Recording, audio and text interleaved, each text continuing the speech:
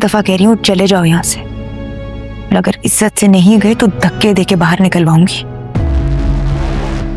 तुम कभी ऐसा नहीं कर सकती, क्योंकि तुम अच्छी तरह जानती हो कि ऐसी बेइज्जती का मैं कैसा बदला ले सकता। और क्या ही बदला लोगे तुम? क्या करोगे? जो दिल में आता है करो, मुझे कोई फर्क नहीं पड़ता। सोच लो। ये क्या तरीका है डिफरेंसेस दूर करने का?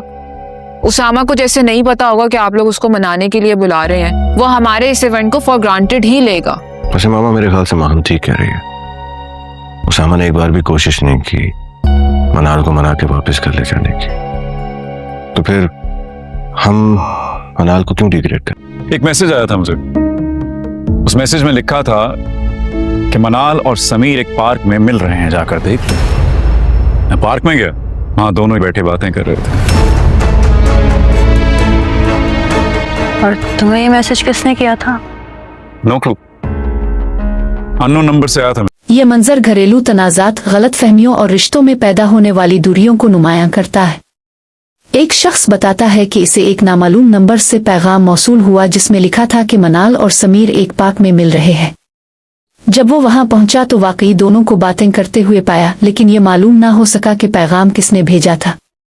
दूसरी तरफ एक खातून सख्त लहजे में एक शख्स को वहां से चले जाने का कहती है और खबरदार करती है कि अगर वो इज्जत से ना गया तो इसे जबरदस्ती निकाल दिया जाएगा।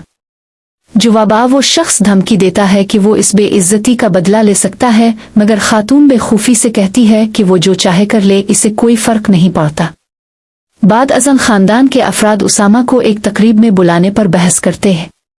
बाज़ का ख्याल है कि उसामा इस दावत को मामूली समझेगा, जबकि दूसरों का मुअक्किफ है कि चूंकि इसने मनाल को वापस लाने की कोशिश नहीं की, इसलिए मनाल को मजीद शर्मिंदा नहीं करना चाहिए।